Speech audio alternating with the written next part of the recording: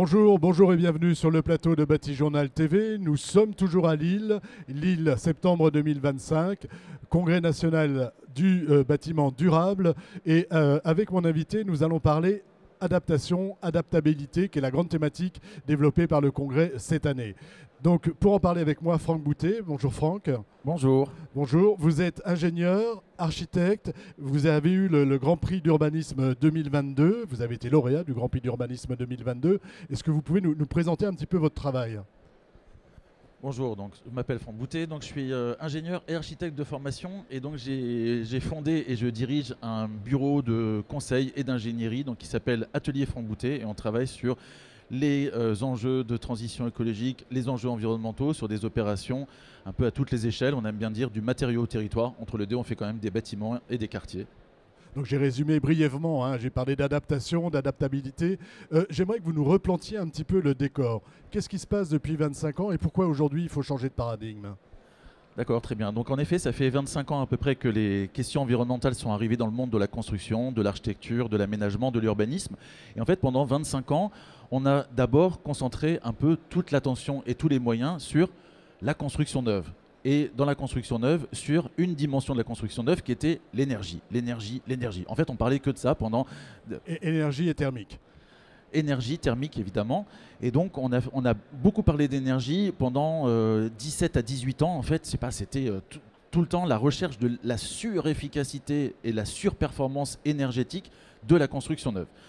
Et est arrivée la question du carbone il y a à peu près 7 ans. C'est le cahier des charges de la Solidéo donc pour les ouvrages olympiques. Parce qu'il y avait une promesse de faire les jeux les moins carbonés de l'histoire des jeux. Donc il fallait évidemment descendre cette promesse sur les projets immobiliers. Et donc il y a eu dans le cahier des charges de la Solidéo pour la première fois un budget carbone maximal à respecter sur la construction neuve ou sur la réhabilitation.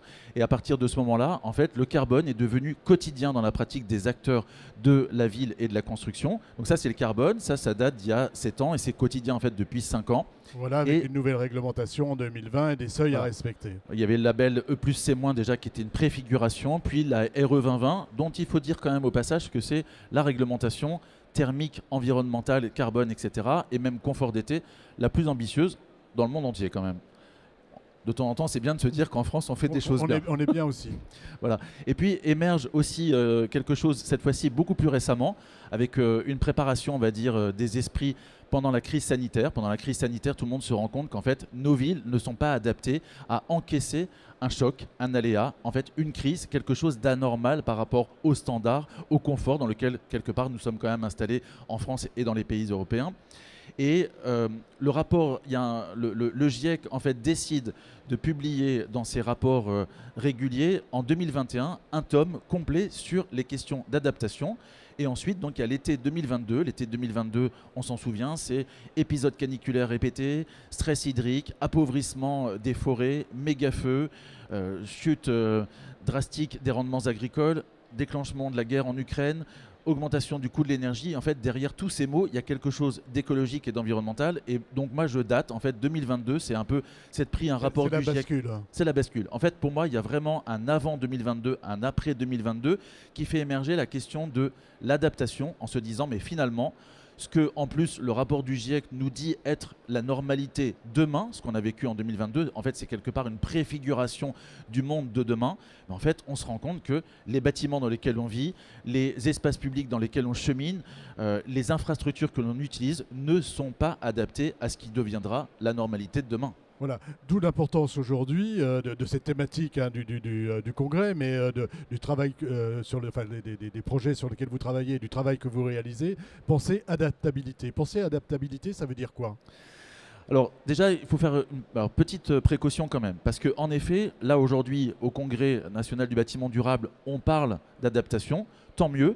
Par contre, il y a aussi une petite dérive, c'est qu'on voit les acteurs aujourd'hui parler de plus en plus d'adaptation, en oubliant aussi les enjeux d'atténuation. Parce que, quelque part, c'est un peu plus facile d'engager les citoyens sur l'adaptation parce qu'en fait, ça veut dire répondre directement à leurs vulnérabilités, à leurs problèmes, à leurs besoins et y apporter des solutions qui ont des bénéfices immédiats et locaux. C'est ça la très grande différence. L'atténuation, ou si on prend la question de la décarbonation, quand on décarbone, en fait on décarbone pour la planète entière, donc on décarbone essentiellement pour les autres, et en plus on décarbone avec des effets, des bénéfices qui sont différés dans le temps, parce qu'on le sait bien maintenant à la lecture des rapports du GIEC, il y a une inertie carbone dans l'atmosphère qui est très importante, donc les actions qu'on a aujourd'hui, elles ont des effets demain et après-demain. L'adaptation, c'est très différent. Par exemple, planter un arbre, déminéraliser une rue, en fait, les bénéfices sont locaux, là où on a agi, et immédiats. Donc on voit par exemple des élus locaux, des maires, beaucoup basculer sur les questions d'adaptation parce que c'est plus porteur. C'est plus porteur, c'est plus visible. Voilà, c'est plus visible, c'est plus porteur, c'est plus engageant, et en plus, ça rentre dans le temps d'un mandat électoral, alors que l'atténuation, en général, c'est au-delà beaucoup du plus mandat. long, c'est Voilà. au-delà du mandat. On va revenir quand même sur l'importance de s'intéresser au bâtiment et à l'urbanisme. Mais il y a une chose dont on n'a pas parlé, enfin, que vous m'avez dit lorsque l'on a préparé, c'est qu'il faut basculer en fait. Aujourd'hui, on s'est intéressé beaucoup au neuf et il faut basculer tous les moyens qu'on a mis sur le neuf, sur la rénovation. Enfin, je caricature, mais c'est un peu ça. C'est exactement ça. De toute façon, il y a un peu un double effet parce que là, on vient de parler de l'émergence de l'adaptation et de l'importance de l'adaptation. Et en effet, il faut passer du neuf à la réhabilitation. Alors, ce n'est pas que la réhabilitation des bâtiments, c'est aussi refaire avec les sols déjà anthropisés, déjà utilisés, déjà habités anciennement. Alors, là aussi, il y a plusieurs facteurs. Il y a un facteur macro qui est la démographie quand même. En fait, on est dans des... en Europe, on est dans des pays à démographie extrêmement faible. L'INSEE annonce le pic de la démographie en France en 2044. Après, la population devrait décroître. Donc faible démographie, on est aussi dans des pays où l'histoire urbaine est très ancienne, donc les villes sont déjà constituées. Donc en fait, la ville se renouvelle très peu en rythme annuel, enfin très peu en termes de construction neuve. On est aujourd'hui à 0,85% par an en fait, de renouvellement de la ville par la construction neuve. Donc évidemment, ça dit à quel point il faut faire avec ce qui existe. Et travailler sur l'existant. Voilà. Et puis en plus, il y a les enjeux de carbone, parce qu'on le sait maintenant aussi, le carbone, en fait, on considère qu'il est amorti dans le temps. Donc la durée de vie qui est retenue dans les calculs, c'est 50 ans. Donc on considère qu'au bout de 50 ans, en fait, le carbone est amorti. C'est comme un amortissement dans une entreprise. Donc travailler sur un actif, que ce soit un terrain, que ce soit un bâtiment, que ce soit une infrastructure qui a été construite il y a plus de 50 ans, quelque part, sa valeur résiduelle carbone est nulle. Donc c'est plutôt un gain très important, c'est faire avec le déjà là, c'est déjà faire avec du carbone effacé. Et puis il y a l'autre enjeu aussi qui a émergé, même s'il y a un peu de rétropédalage qu'il faut quand même condamner, c'est la question de la limitation de l'artificialisation des sols, donc le fameux zéro artificiel, voilà, le ZAN. Et en fait, ZAN, combiné à faible démographie, enjeu de carbone, et ZAN, en fait, font qu'aujourd'hui, c'est une forme d'évidence. Il faut travailler avec la matière, avec le déjà là, comme on dit, la matière qui existe déjà. Voilà, important sur tous les points, sur tous les plans finalement. Hein. Sur cette adaptation, donc, comment vous la travaillez personnellement ? Alors en fait, ce qui est assez étonnant à voir, c'est que quand on regarde un système urbain, typiquement, on va prendre par exemple l'îlot de chaleur urbain parce que c'est assez facile à décrire. Le phénomène d'îlot de chaleur urbain dont tout le monde parle aujourd'hui, en fait, c'est un accroissement de la température en ville, dans les milieux, on va dire, habités, et c'est d'autant plus important que la densité d'habitat est importante par rapport à une température qui serait prise au même moment dans un territoire ouvert, on va dire, à la campagne.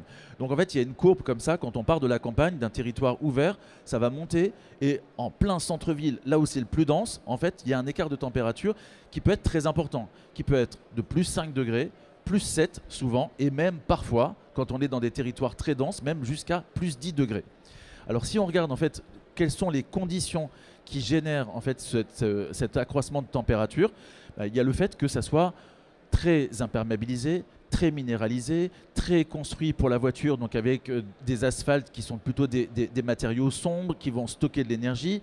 Le fait que les bâtiments ou les espaces publics vont capter de l'énergie solaire dans la journée, qu'ils ont du mal à le restituer la nuit, que évidemment c'est occupé par l'espace vide est occupé par les automobiles qui sont des véhicules thermiques qui réémettent de la chaleur.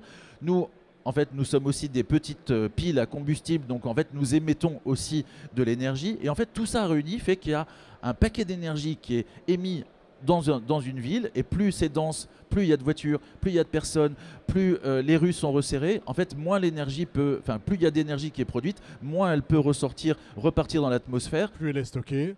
Voilà, et donc ça crée en fait ce fameux plus 5, plus 7, plus 10 degrés.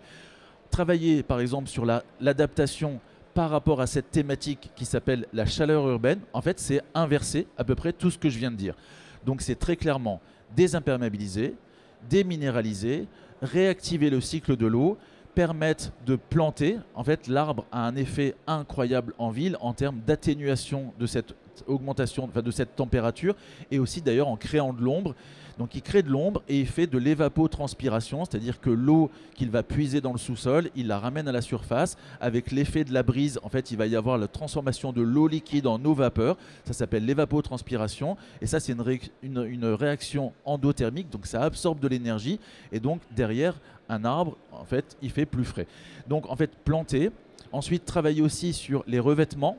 Tout à l'heure, j'ai dit, en fait, la ville a été dessinée beaucoup par et pour la voiture. On avait fait le petit calcul à Paris. Paris, 80% des espaces publics parisiens sont dessinés par et pour la voiture, qui n'assure plus que 10% des parts modales de déplacement, quand même.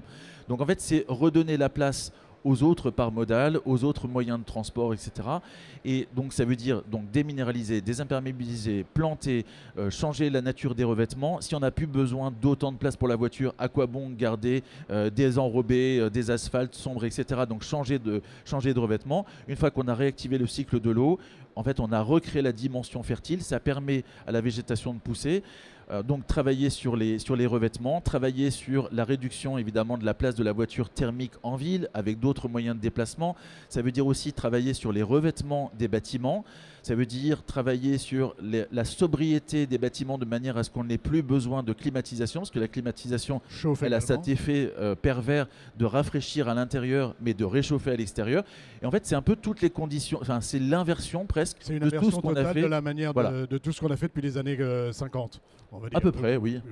D'accord, donc il faut vraiment repenser complètement la ville et le bâtiment, c'est-à-dire l'un ne va pas sans l'autre. L'un ne va pas sans l'autre, alors vous avez tout à fait raison. En fait, ce que fait aussi émerger la question de l'adaptation, c'est que tout à l'heure j'ai parlé beaucoup d'efficacité énergétique, de réduction de l'empreinte carbone. Tout ça, ça se joue sur les parties pleines construites des villes. Donc en gros, on va dire les bâtiments, c'est simple. Et en fait, l'adaptation, elle fait émerger l'enjeu très important d'agir d'abord. Alors c'est pas que d'abord, c'est en complément, mais moi je dis même au préalable sur les espaces ouverts. Alors je dis les espaces ouverts volontairement. Dans les espaces ouverts, il y a beaucoup d'espaces publics, mais il y a aussi des espaces privés. Il faut retrouver des synergies, des complémentarités entre espaces publics, espaces privés. Voilà, espace ouvert public, espace ouvert privé. Et en fait, donc ça fait réémerger l'importance d'agir sur ces fameux espaces ouverts et ces fameux espaces publics, qui était un peu le parent pauvre de la question de la transition écologique, parce que en fait, vraiment, énergie carbone, c'est surtout dans les pleins. Voilà, on était sur l'énergie et le carbone. Il faut vraiment qu'on change de paradigme. Mais est-ce que c'est pas trop tard finalement? Non, c'est pas trop tard. L'adaptation, en plus, ce qui est intéressant, c'est que un projet d'adaptation, ça a des effets, ça a des bénéfices qui sont à la fois locaux et immédiats. Autant l'atténuation, c'est compliqué parce que quand on agit en atténuation, donc la décarbonation, quand on décarbone, si moi je deviens un citoyen modèle par rapport au carbone, c'est-à-dire je passe de 10 tonnes de CO2 aujourd'hui, c'est ce que je pèse, à 2 tonnes demain, en fait je ne vais pas en avoir les bénéfices. En fait je vais faire ce gain très important pour les autres, donc mon effort sera surtout pour les autres, pour la planète, et en plus différé dans le temps. Donc là, c'est pas trop tard pour l'adaptation parce qu'on peut avoir des effets immédiats. Effets très rapides. En fait, les effets sont rapides, évidemment les moyens à mobiliser pour arriver à faire sont colossaux. Par contre, les effets sont immédiats, les moyens sont colossaux. Et j'ai dit quelque chose aussi qui est assez important sur lequel il faut revenir. En fait, j'ai dit ça se joue d'abord dans les espaces publics, dans les espaces ouverts. Les espaces publics sont une grande partie des espaces ouverts. Ça veut dire aussi que c'est une prérogative de l'acteur public. Et alors pourquoi je dis que c'est important d'agir au préalable dans les espaces ouverts? Parce que ça permet de réduire la pression sur les bâtiments, le fameux îlot de chaleur urbain. Si vous avez plus 10 en ville par rapport à la campagne, comment va-t-on faire pour arriver à permettre l'habitabilité de ces bâtiments demain quand ils sont soumis à des températures qui vont être des températures à 30 degrés plus 10 degrés en ville? Donc en fait, ça permet de réduire la pression sur les bâtiments. Et une fois qu'on a réduit la pression sur les bâtiments, quelque part, ça permet de trouver les solutions techniques pour permettre l'habitabilité dans les bâtiments. Et en fait aussi agir sur les espaces ouverts, ça permet surtout d'avoir une action bénéfique en termes, donc on dit aujourd'hui beaucoup d'habitabilité, qui vaut pour tous. Et c'est ça qui est très important de le dire, c'est-à-dire que si j'ai réduit de 5 degrés mon îlot de chaleur urbain, en fait ces 5 degrés de bénéfices sont pour tout le monde, ceux qui ont les moyens et ceux qui ne les ont pas. On touche à l'habitat, on touche à l'espace public. En fait, c'est un projet politique. Et ce sera ma dernière question. C'est très exactement un projet politique. Il faut que ça devienne en fait dans les programmes politiques. On aimerait bien que ça. Alors évidemment, les élus locaux vont s'en emparer parce que comme ça rentre déjà dans le temps du mandat électoral, ça va bien, que ça répond à des besoins, à des vulnérabilités des concitoyens, donc ça va bien, mais il faut aussi que ça soit une politique nationale. Moi, j'attends en fait que un prochain gouvernement qui prenne vraiment la question de l'adaptation comme projet politique, social, économique, de péréquation et d'équité sociale. C'est dit. Merci beaucoup Franck Boutet d'être venu sur le plateau de Batijournal TV donc, pour nous parler d'adaptation. On pourrait en parler encore pendant longtemps. Mais voilà, on est coincé par l'horaire. Merci beaucoup. Un petit temps d'échange à retrouver sur notre site internet Batijournal TV et bien sûr sur les sites de nos partenaires que sont le congrès, excusez-moi, et bien sûr le CD2E. Merci à vous. Merci.